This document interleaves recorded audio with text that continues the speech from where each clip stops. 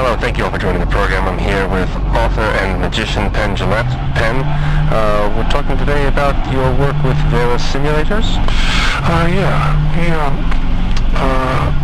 Back in the 90s, Janet Reno, who was Attorney General for the United States. President Bill Clinton. Remember the Waco thing? That was Janet Reno. There was an attack on the compound? Yeah. Well, she was very anti-video game, as was Hillary Clinton and Bill Clinton and Arnold Schwarzenegger and, your dad, everybody. So she gave a speech where she said that they should have video games that dealt with regular jobs, prepare people for the workplace. So her idea for video games was that the video games would be educational. Now by educational, what Janet Reno means is making you a proletariat, getting you as a worker. And she said instead of, simulators that we usually have, like tanks and planes and race cars and submarines and hedgehogs, they would get you ready for a real job.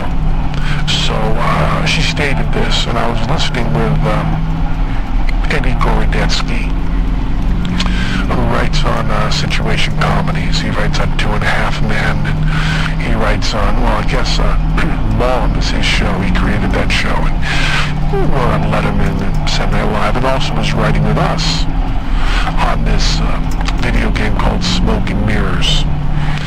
And Eddie said that we both heard the Janet Reno speech together, and we were laughing about how stupid it was. And Eddie said, well, let's do what she wants us to do.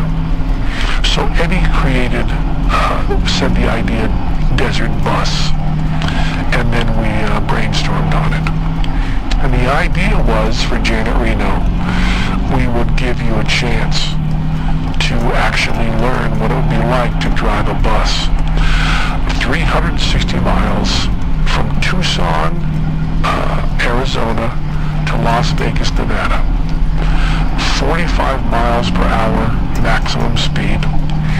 It takes 8 hours to drive it if you do it right. And there's a little bit of a pull to the right. It's not glamorous, it's not pretty, it's not exciting. It's real.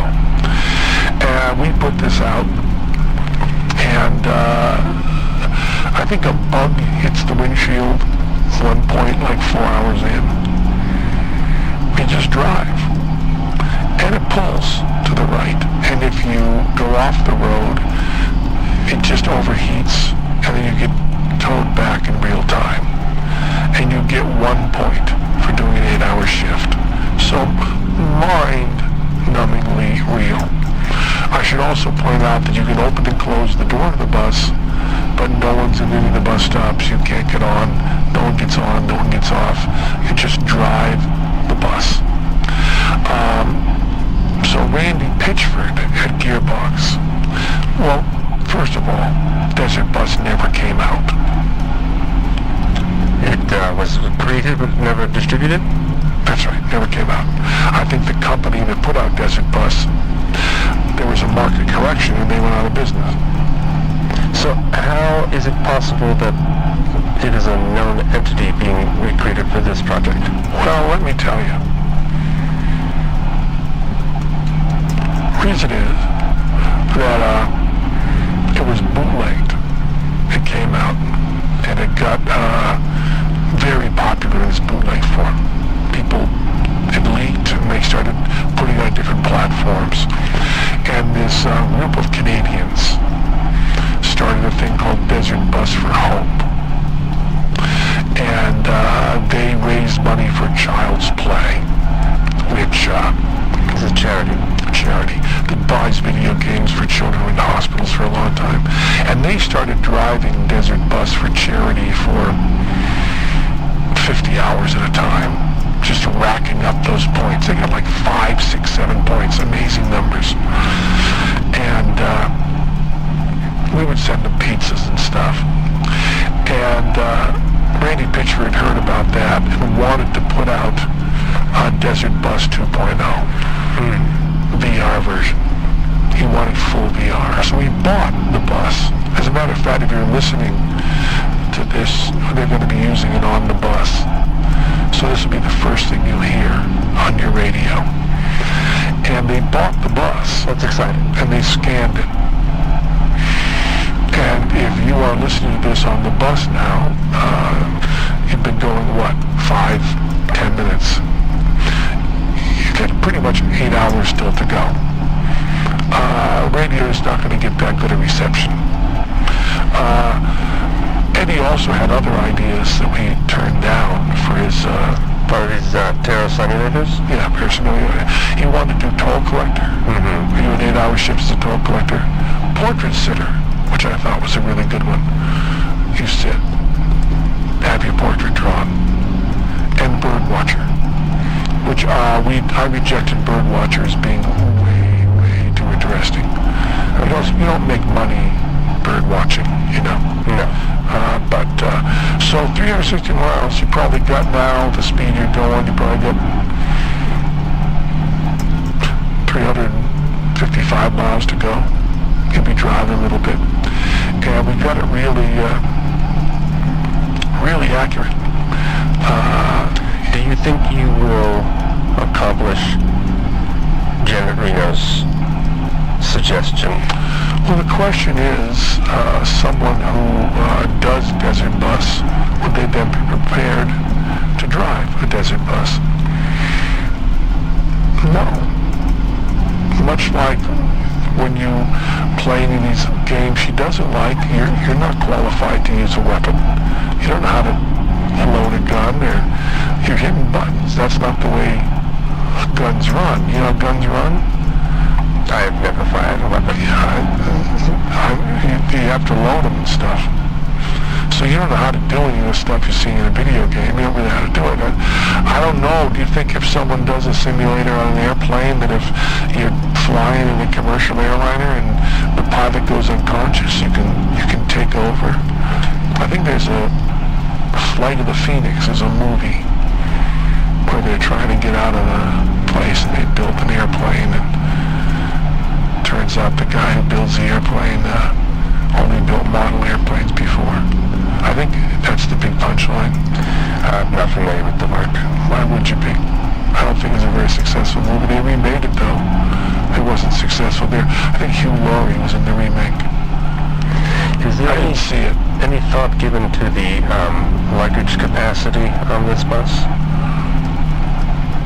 Well, you have a bus. Right. Randy scanned the bus. So that you'd be able to open the bottom compartment? I don't think you can. I think you just sit in the seat. But Randy bought a bus, and they scanned the bus in. So this one should be very accurate. See, Randy wanted to call the Desert Bus 2.0. And I wanted to call it Desert Bus 1.002. Because I wanted there to be a lot of room for big improvements. But Randy says that this is, I haven't done it yet when we're recording this, but Randy says it'll be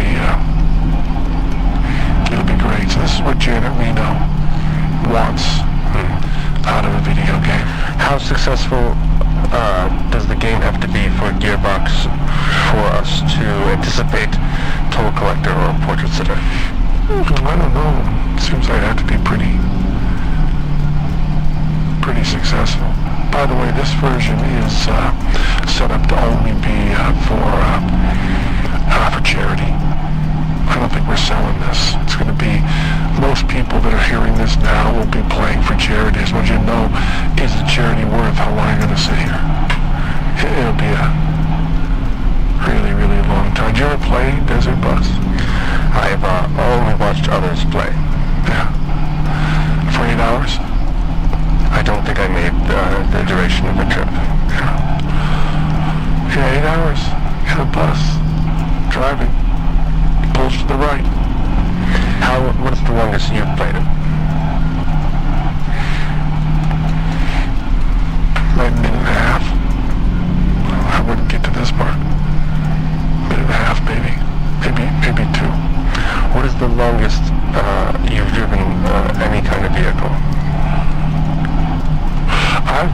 across the country a few times. I went with Eddie Gorodetsky, as a matter of fact. We drove a U-Haul trailer from Los Angeles to New York. We drove the whole way. At the time, Eddie Gorodetsky didn't have a license, so I drove the whole way, and he was just sitting there. And we wrote a script during that time called I Came from Space. And we wrote it while we were driving, and we turned it into the production company that had commissioned it. And we got a great comment on it. The producer said to us, I don't think I could have understood this less if it were written in another language. Actually said that. There's some damage done from driving for hours and hours and hours and hours, and this is damage that if you're listening to this, you'll be doing to yourself. At some point, I think a bug will hit the windshield. I don't want to get you too excited, but I think it's going to happen somewhere along the line. And is that based on a true event? The bug? Mm-hmm. Yeah. Bugs hit the windshields. They do. They do. Bugs hit the windshields. Or, I don't know, maybe the windshield hits the bug. I guess that's true, isn't it? What do we call what hits what? It seems like the windshield, the bug, compared to the bus, is almost stationary, right? Have any animal rights groups contacted you or Gearbox upset with the treatment of bugs in the game? Well, it's a virtual bug. We don't think we scanned an actual bug. I don't think a bug was hurt. I don't know. But if they have a problem with it, we can take the bug out of the desert bus. Seems like a lot of thought was put into the bus and the dimensions of the bus and getting the bus accurate, but not so much so with the bug that hits the windshield. Yeah, actually, I just said the word bug. I didn't even think about what kind of bug. I just said bug. Whether it should be accurate to a desert environment, the kind of bug that would hit your windshield in the desert. It should be, shouldn't it really?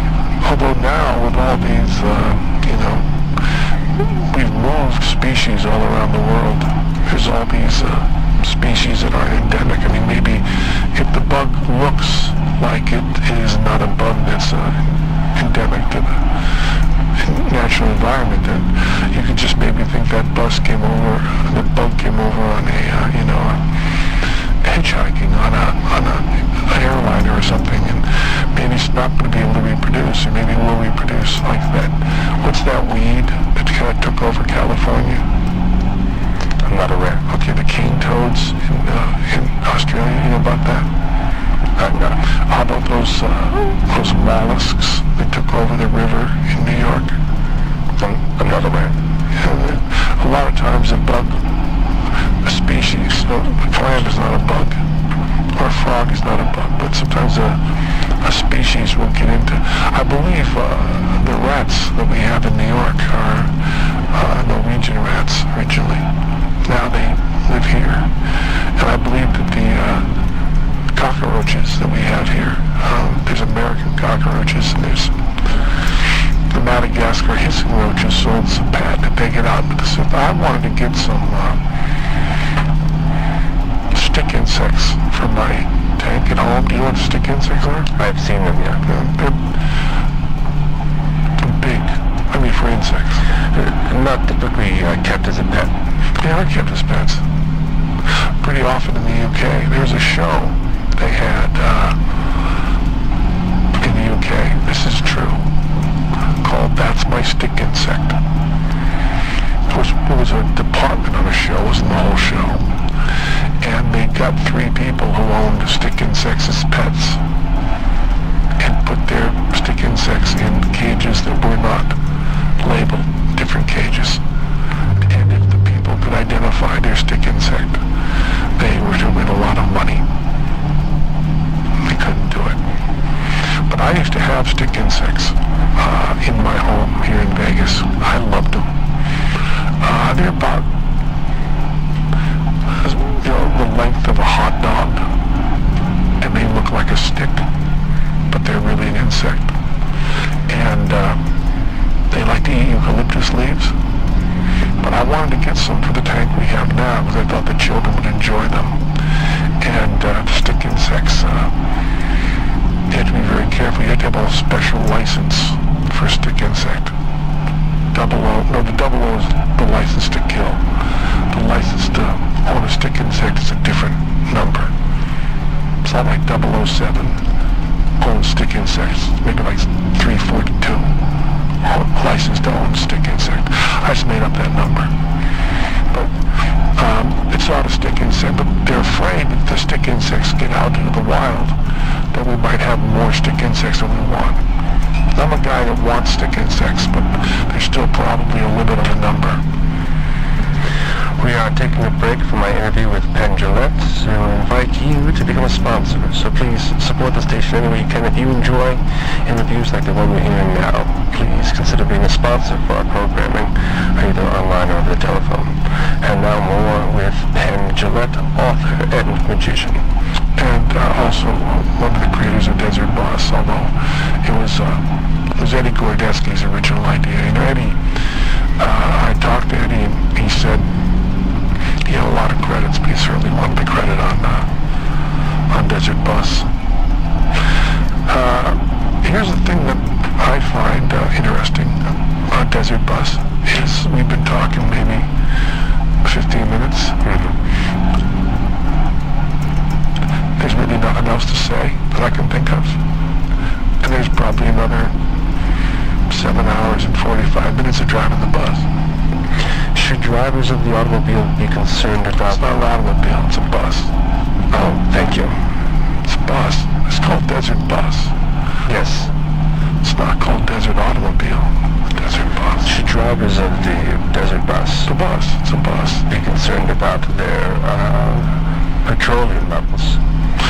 I think we go on one tank all the way. I think it's one tank. I don't think we put that in, although maybe, this highfalutin Desert Bus, who knows what they might have built in. But I think, you're talking about 360 miles, seems like a bus could do 360 on one tank of gas.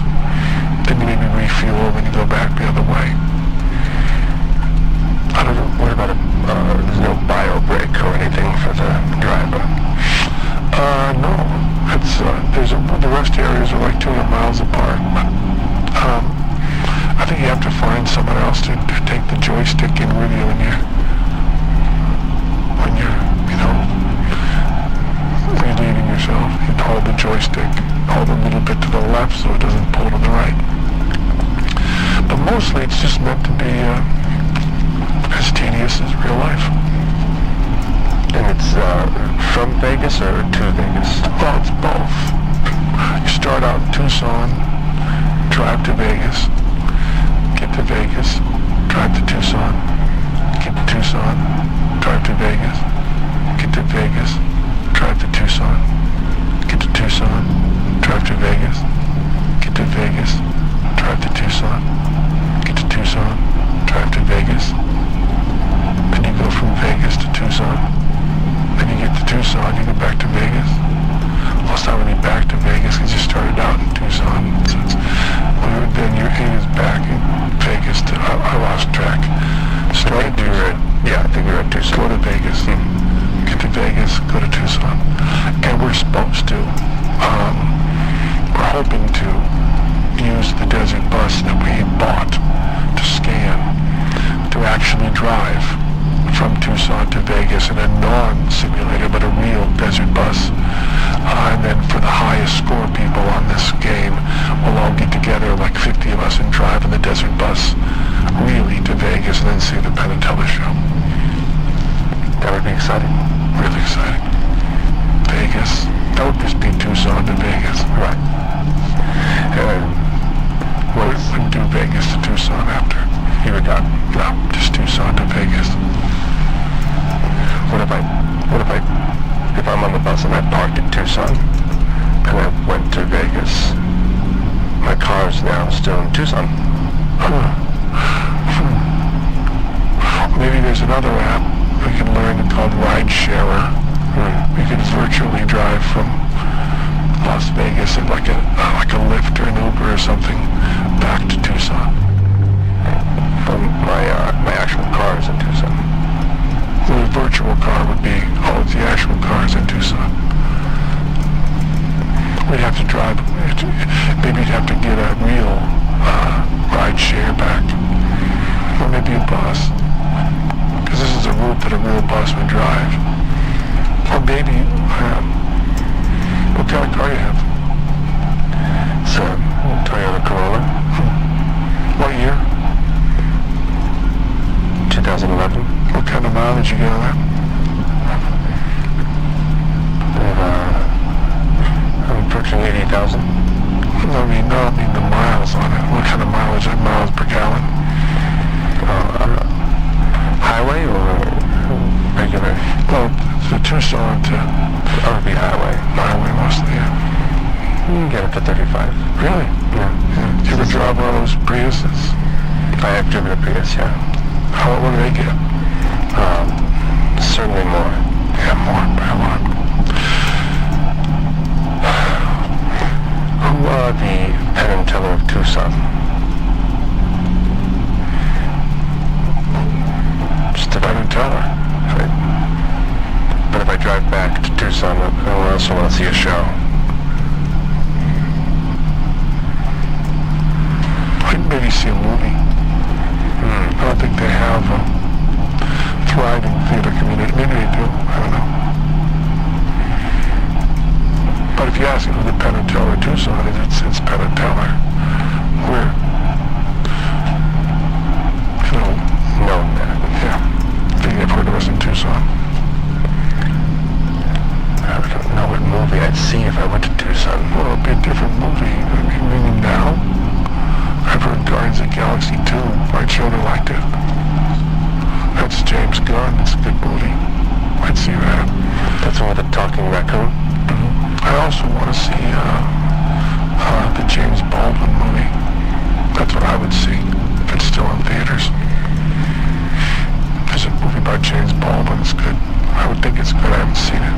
I don't really see movies that much anymore. Because of all the work you've been putting into Desert Bus? I haven't done very much work at all. Matter of fact, most of the work I've done on Desert Bus you've been here for in the room. That's what's kind of weird about it, because I'm talking about it here and I don't know much about it really, but there you go. Anyway, that's Desert Bus. I want to thank you very much for coming on our program.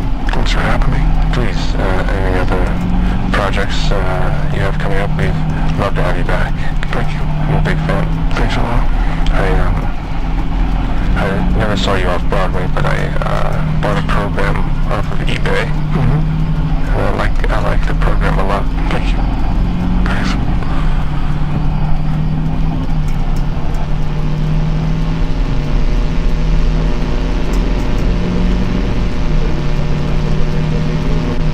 Hello, and welcome to another edition of Classical Music Moment. I am, as always, your host, Dr. Julian Peterson.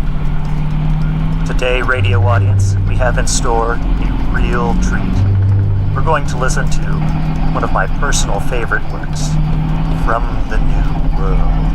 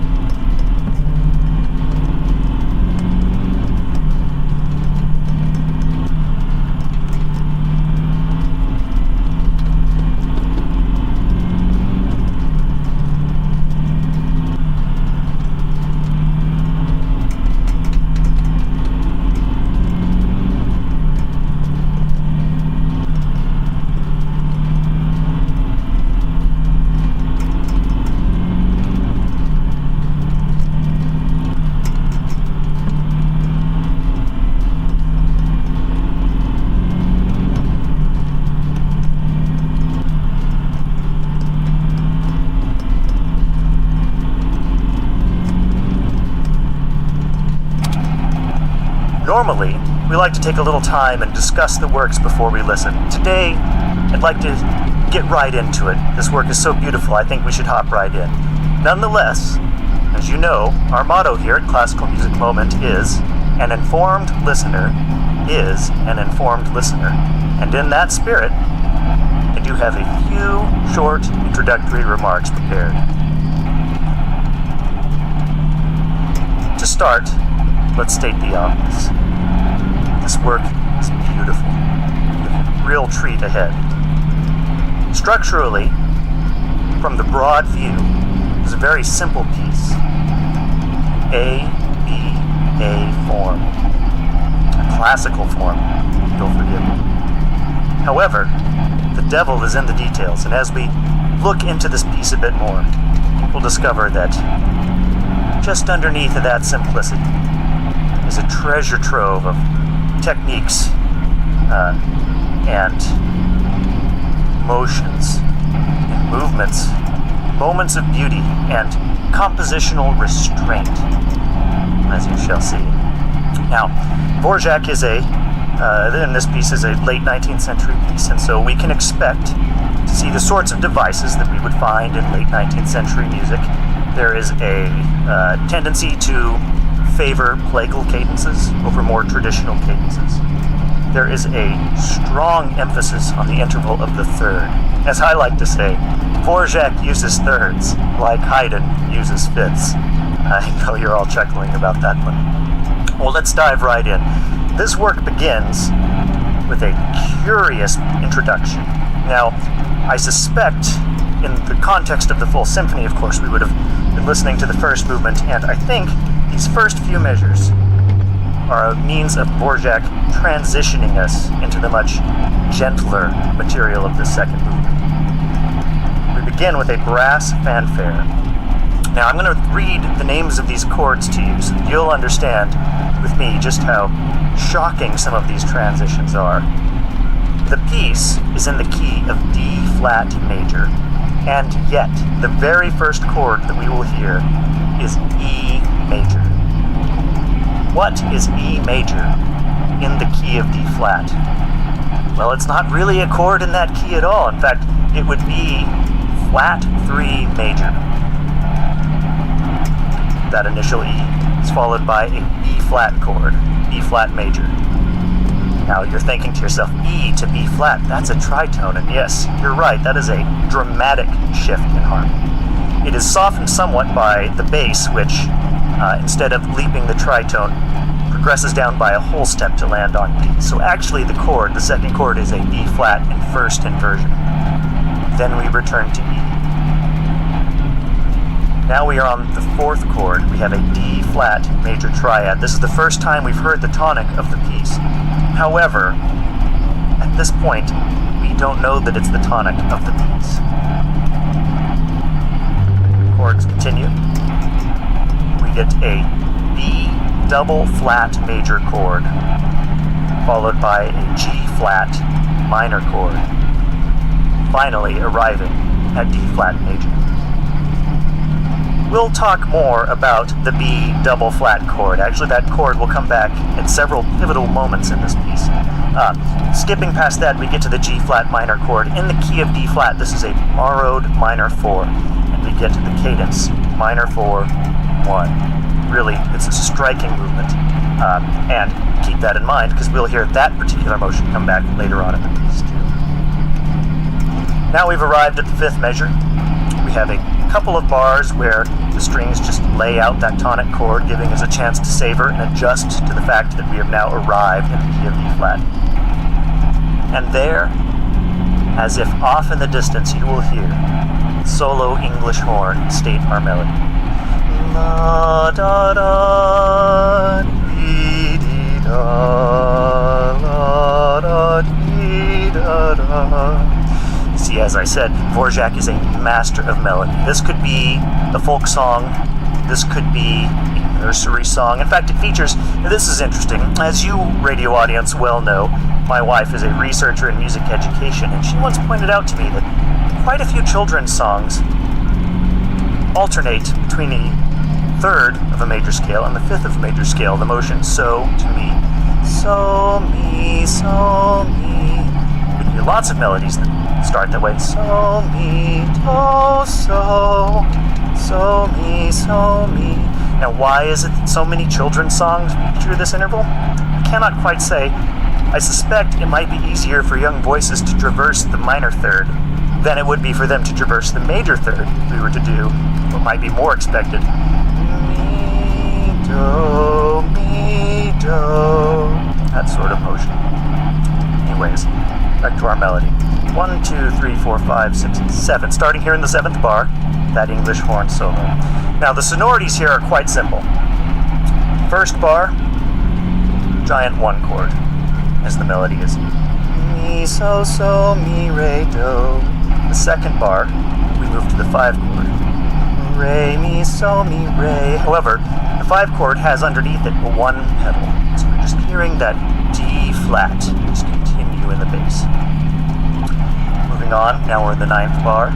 La, dee, dee, ya, da, da. Dee, dee, dee, da, da. Now something really surprising happens here. In the 9th bar, the first chord is, as we would expect, the 1 chord. The second chord, something surprising happens, actually. We get A flat from the 1 chord, moving up chromatically to an A natural. Now, this always causes a dilemma for the analyst, because we have tone that's outside the key signature, and so we always have to explain that. Especially, this isn't treated as a passing tone. We land on this A natural and stay on it for a full 2 beats. And at this tempo, a full 2 beats is, well, it can be quite a long time, as you can imagine. So, this A natural. Now, typically, when we move brighter or sharper, or in this case moving from flat to natural as we raise a pitch, generally our expectation would be that it would continue to rise and we would get to our next stable chord tone or key tone moving up. And that is what happens here. That A natural does eventually resolve up to the B flat. Now you might think, okay, if we have an A natural resolving up to B flat, that sounds like a secondary dominant. We probably expect that we're going to have an F7 chord moving to the B flat minor 7. However, we don't have C natural.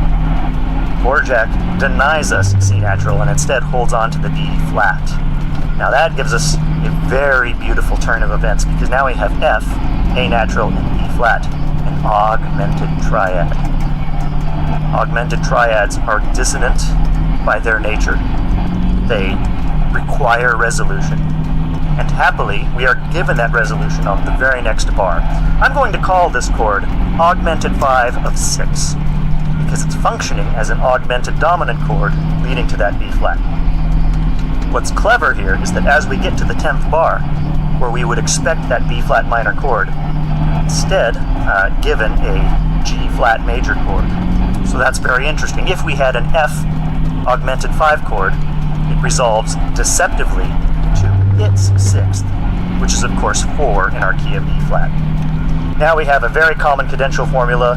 The 4 chord rises up by the next beat to the 5-7 chord, finally resolving on 1. Now that closes the first 4 bars of our melody. This is a nice symmetrical sort of structure here because we have la da da dee dee da, la da dee dee da, la da dee dee dee da, la da dee da da.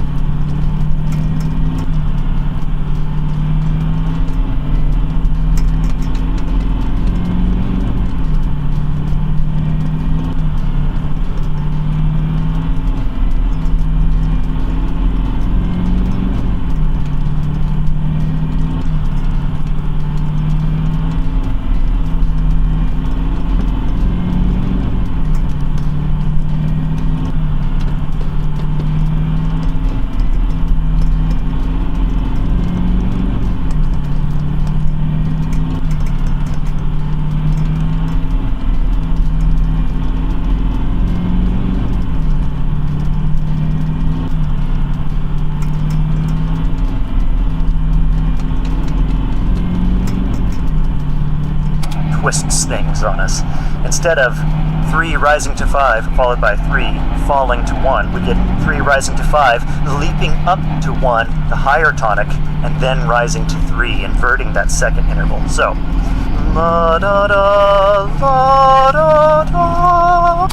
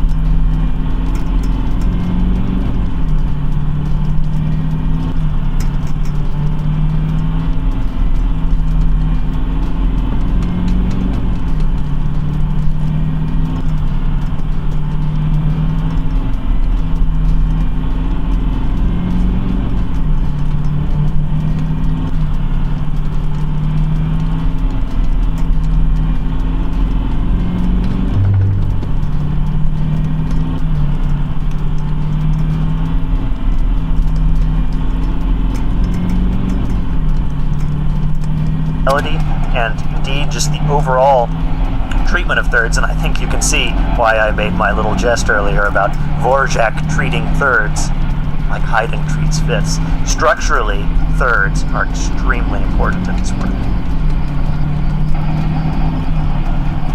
Here we've arrived at, what bar would this be? 34, 35, measure 36. We have the return of the melody. La-da-dee-ya-da-da, la-da-dee-dee-da-da. Did you catch that little variation right there? Just that extra little lift on the note. It's a nice moment. La-da-da, la-da-da.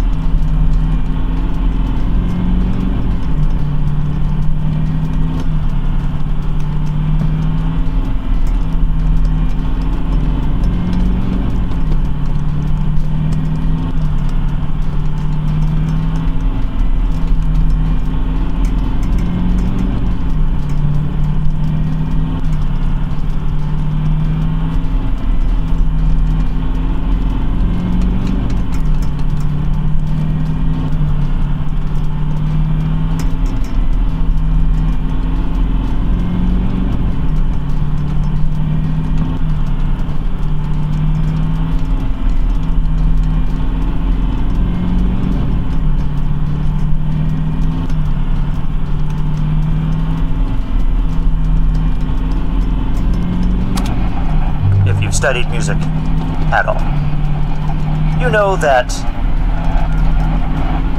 direct fifths or parallel fifths are very frowned upon in contrapuntal writing. The reason being that usually in contrapuntal writing it is the goal of the composer to achieve independence of the voices. And independence is best achieved through two devices, I say. The first being contrary motion. If one voice is falling and another voice is rising, well, we can hardly confuse them, can we? And the other great device is oblique motion, that being where one voice holds steady while the other voice moves, and again, very difficult to confuse the voices in that context. Where things become tricky and require special attention is when voices move in similar motion, so both voices rising, both voices falling, etc.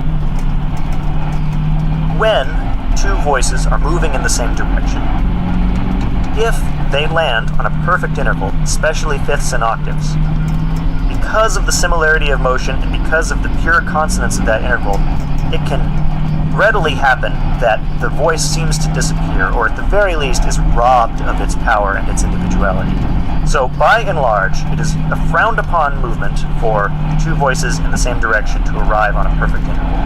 However, there is a classic historical exception to this, which is called horn fifths. Now, we're used to modern horns, which have valves, pistons, and lots of complex machinery. But historically, that's actually fairly recent development. We would have generally had natural horns. Now, of course, in Dvorak's time, he had a much more modern instrument, so this is looking even further back in time. But if we do head even further back in time, we find natural horns, and natural horns are limited to playing notes in the harmonic series. So, you should try this experiment at home on your piano.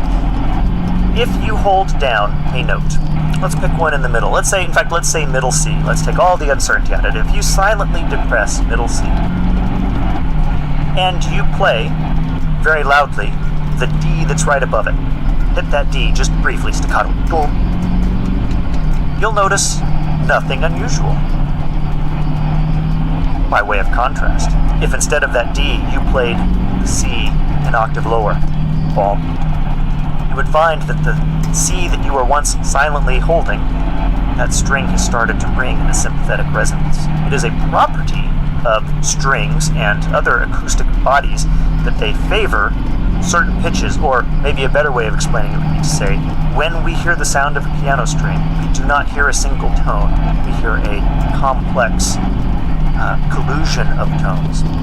And with careful analysis, we can break apart the constituents of that tone to learn more about it. Now, likewise, if I'm playing on a brass instrument, I have to vibrate my lips to get a certain pitch.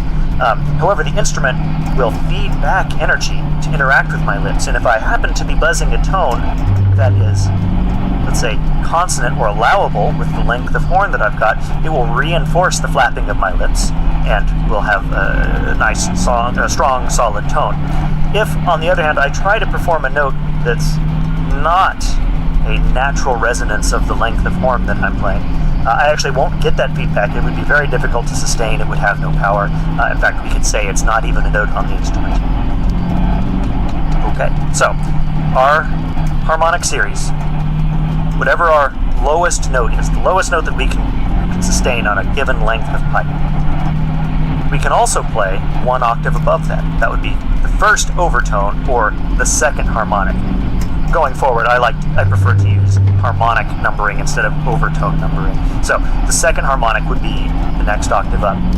The third harmonic, the next note we could play, would be the fifth above that, followed by the next octave above that.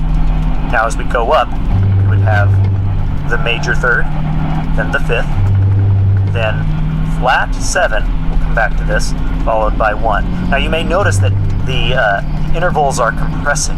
Our first interval was an octave, C to C. The second one a fifth, C to G. The next one a fourth, G to C. Now, going up, we go C to E, a major third, E to G, a minor third. Now here's where it gets interesting. E to the B flat. The B flat that we are used to in equal temperament is not the B flat that we would find in the harmonic series. In fact, it's much flatter, which should seem obvious to us because the intervals are getting smaller, and the last one we had was a minor third, so this one couldn't be a minor third, and yet it's not so small as to be a second.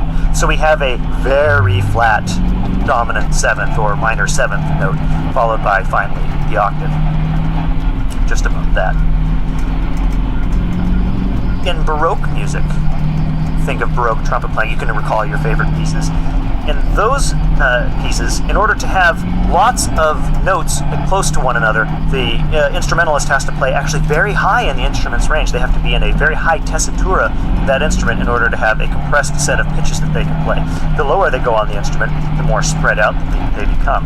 Now valves fix this because with valves you can change the length of the pipe, and that allows you to hit notes that are in between the notes of the harmonic series. That probably explains a fashion shift that has occurred in brass playing.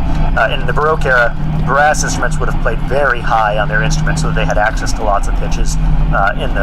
Going forward in time, once we have valves, that wouldn't be a requirement. You could play lower in the instrument, probably a more comfortable range. And indeed, typically, Doc Severinsen aside, we find that trumpet players tend to occupy a lower space on the instrument than maybe they would have historically. I've gotten off track. Let's return to these horn fifths. So, if I rise up the harmonic series, finally gotten to that octave right above that minor 7th, a very flat note. If I keep going up, the next notes are 2 and 3. I finally have a little segment of the scale, 1, 2, 3. If I want to write a melody that descends 3, 2, 1, as Dvorak has done here, 3, 2, 1, and I want to harmonize that melody with another horn, that other horn, well, it could play 1, so we can have 1 against 3. As the upper voice moves down to D, I could have the lower voice move down to that flat minor 7th, but for the fact that it's probably not the chord tone that we want, and worse, it's not in tune. So we're going to skip that one. So my lower voice would have to go down to the 5th. If we'll speak in the key of C major here. So if my upper voice has fallen from E to D, my lower voice has gone from C to G. And then we could continue. The upper voice could fall to 1, the lower voice could fall to 1. Now, we've actually violated a rule twice here, if you'll recall. So we're 2 voices, both descending. The upper one, when it moves to the D, the lower voice leaps down to the G. And this would be a direct 5th or a hidden 5th. Now, those of you that are more pedantic about theory, you might say, but wait, I recall learning that this is only a problem if there's a leap in the melody. And indeed, that's true. And in fact, that's probably true because of this exact situation where this horn 5ths overtone dilemma would have caused the sound of stepwise motion in the upper voice with a leap in the lower voice to be acceptable in similar motion. But if we're being real strictlers, we could say that this is a violation of that idea, of the falling, two voices moving to a perfect interval. And then, to make matters even worse, the very next interval would be moving to an octave. So we would have gone from a 5th to an octave, same problem, descending motion. Nonetheless, this is considered an acceptable substitution, or an acceptable case, let's say, for this direct 5ths motion.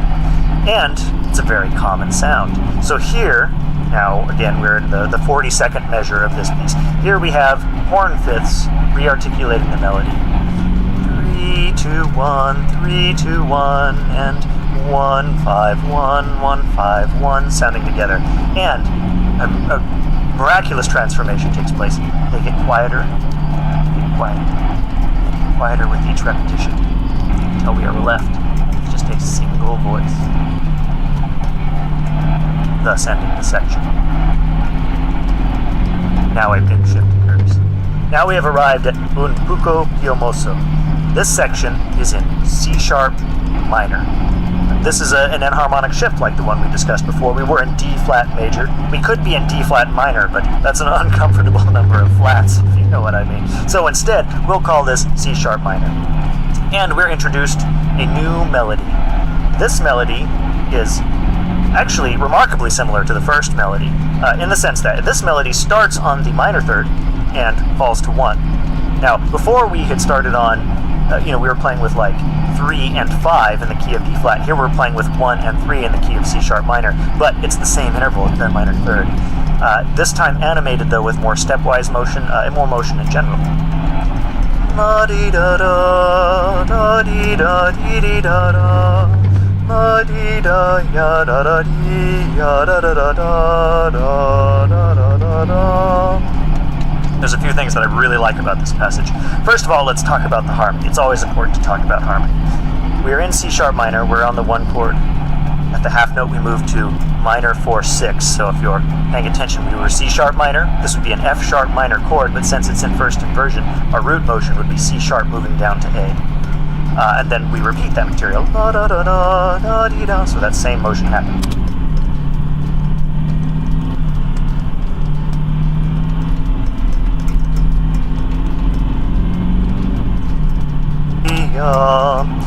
That first triplet, la da da dee, that's B natural going up to C sharp natural with the G sharp in between there, la da da dee. This is harmonized by a 5 chord, but not a major 5 as we would probably expect, but a minor 5. Usually in minor we find the raised 7th scale degree, and that's so that we give the 5 chord the same resolving power, or the same resolving potential that it has in the major key, especially if you consider the case of the dominant 7, where we would want that tritone motion to collapse inward as part of the resolution. Here, however, Dvorak is affecting a more peasant dance or a more folk song approach, so it stays more strictly modal. So instead of the B being raised to B sharp, we'll stick with B natural. So our chords here, we have that minor 5 that resolves to a 1-6-4, so a 1 chord in second inversion, so we're maintaining the 5 in the bass. That is followed by a somewhat mysterious chord, and when I first got here I wrote down minor 4-7. That's not unheard of, but that's not the most common.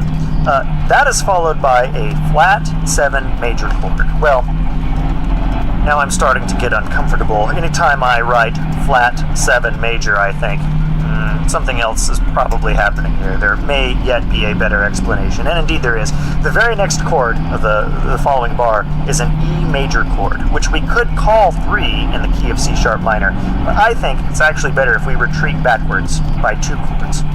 That chord that I had written down is 4-7.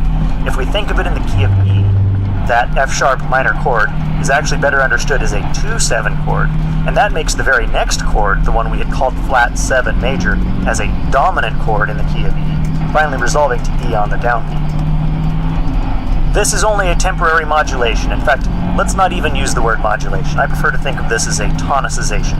This is very temporary because by the very next beat, we're already departing from that resolution, or that quasi-resolution that we had on E, and making our way back to the C sharp minor. When we get to the piece and we listen to it, you'll notice in that moment there is a very brief shift to this major harmony that's just then immediately robbed from us as we get back to the C sharp. So that whole passage. La-dee-da-da, la-dee-da, ya-da-da-da, ya-dee-da-dee, ya-da-da, ya-da-da-da-da, la-da-da-dee. Now, repetition. La-da-da-da, la-dee-da.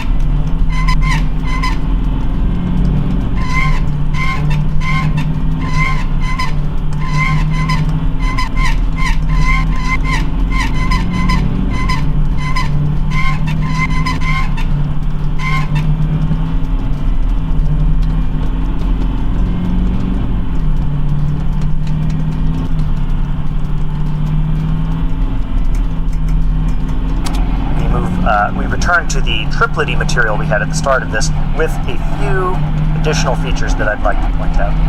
So, here we are. La da da da, la dee da ya da da da.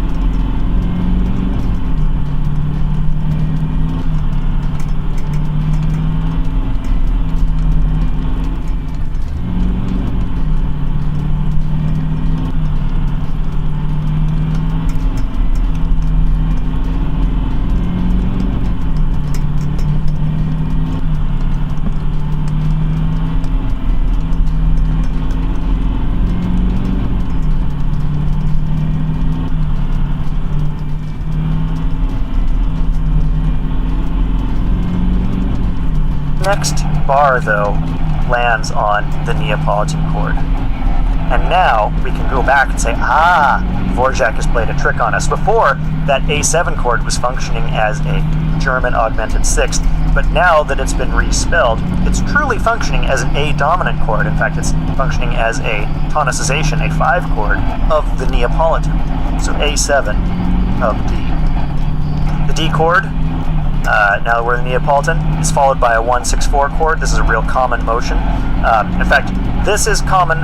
Earlier I mentioned the German augmented sixth chord rarely proceeds directly to the dominant on account of the parallel motion that would ensue. That's a similar problem for the Neapolitan chord. If the Neapolitan chord resolves directly to the tonic, then we run into the same problem of parallels. The most common solution, I would say, is the Neapolitan chord is usually presented in first inversion. That way, what would be our fourth scale degree can rise up to 5 even as our other voices descend into the 5 chord. Here in this case, we're going from a root position Neapolitan chord to a root position 5 chord, and to smooth the way, we meander through a 1 chord in second inversion. So Neapolitan, 1-6-4, and at bar 72, we arrive on the dominant. All of this is accompanied by some descending figures in the strings. It's very lovely. Now we get a mystery. Starting in bar 73 and continuing to 4, 5, 6, bar 77, we have a harmonically vague passage. We'll plow through it and then we'll look back and see what lessons we can learn. We begin clearly on the dominant. We've been on the dominant. We maintain a E sharp in the lower voice. The upper voice is on E as an appoggiatura, but that moves very quickly down to D sharp. And now we have the B sharp and the D sharp outlining our 5 chord. The bass moves to an A natural. Written, this looks like an augmented second. It feels more like a minor third, of course, so we move down to the A natural. The upper voice was on D sharp, now comes to D natural. if I'm not mistaken, we also have another voice in F sharp. So now we have a D major triad. This was the Neapolitan chord, but things are getting a little dicey, so let's just use literal chord names. This is a D chord in first inversion. That is followed by a G major chord. That is in turn followed by an E half diminished, and then as the upper voice resolves from D natural to C sharp, we get to a more of an E fully diminished chord that's laid out there. Then the lower voices move down and we get a D sharp half diminished chord, and as the other voices play catch up, that eventually arrives to an A chord in first inversion, and finally arrives on the 5 chord in first inversion, where we will remain. That is our moment of resolution, well, so to speak, that we've arrived on the dominant we've prepared. Alright, so looking backwards, what lessons can we learn? Well, we started in 5 and we ended in 5. So, broad strokes, let's call this whole thing a dominant extension. Just a chromatic elaboration of the static harmony, which is the dominant 5 chord. Given that it's that, let's look at this chromatic elaboration. Working backwards, before the dominant we had A6 chord. That chord is an augmented 6th chord in this context. And before that, we moved through 2 very unstable chords, the tritones, and prior to that, we had the D resolving to G. I think the point of all these chords and their chromatic meanderings is not to provide us with any particular harmonic sense. In fact, I think it's designed specifically to make our harmonic sense vague. Again, just a chromatic elaboration of the static harmony, we remain in the dominant. That prepares us for measure, here to look at my notes, 78. In measure 78, we return to the jazz section, if you'll forgive me. Although this time, without the pizzicato bass, the effect is still there. We hear that very charming melody again. The da, da, da, da.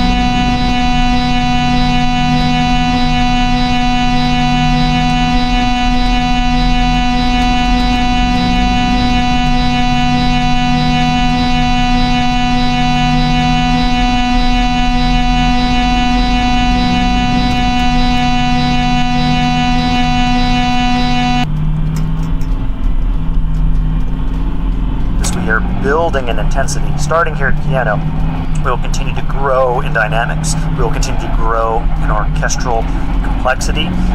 We'll get a return. I believe this happens in... I hope I wrote this down. Yes, measure 92. In measure 92, we have sextuplets, and we also get 16th notes. So this is similar to before. Before we had 4 against 3. This is 6 against 4. 6 being a multiple of 3, of course, gives us essentially the same sort of, let's call it, rhythmic dissonance that we had on that previous occasion.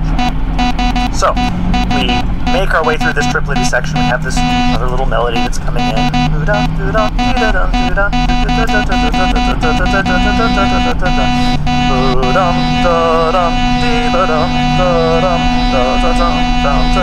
Building and building and building and building, and surprise, ladies and gentlemen, we land on a major chord.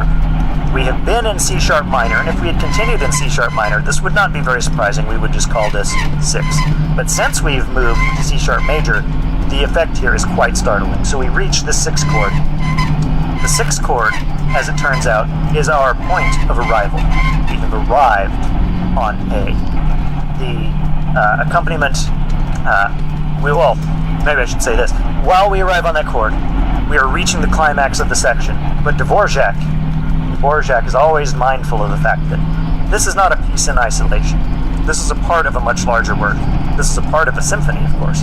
And so he reaches back at this moment of climax to the first movement, and he grabs a little snippet of melody. Do you know the one? La da dee dum, la da da da da, la da da da da da da da da da. It's a delightful melody. You recall the one, of course, from the first movement. We don't hear the entire statement of that melody. He doesn't need to state the entire melody. We heard that before. Instead, he gives us just the la-da-dee-dum, la-da-dee-dum. So we have the climax of one set of material. We have the arrival of this familiar melody from the first movement. We've gradually proceeded from piano all the way to a nice forte climax, even a fortissimo climax. Orchestrationally, we've gotten more complex. Rhythmically, we've gotten more complex. This is, if you'll forgive me, a giant cymbal crash. And this resolution, the cymbal crash, in my mind, being when we arrive on the A major chord. Everything that follows over the next several bars are as if listening to the decay of that cymbal crash. We had the moment of impact, now we listen to things spill out, the unavoidable result of us hitting that cymbal to begin with. And we hear that familiar melody.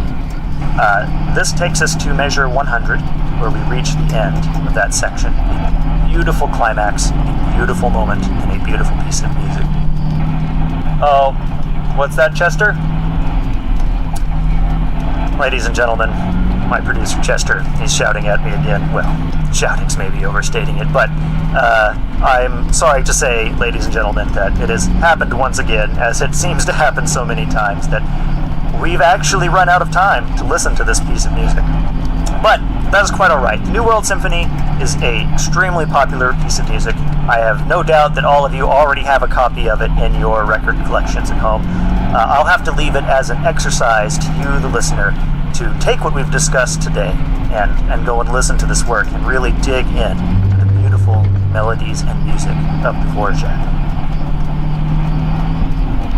Okay, turning back to measure 101. So now we are at the Meno mosso, the tempo 1.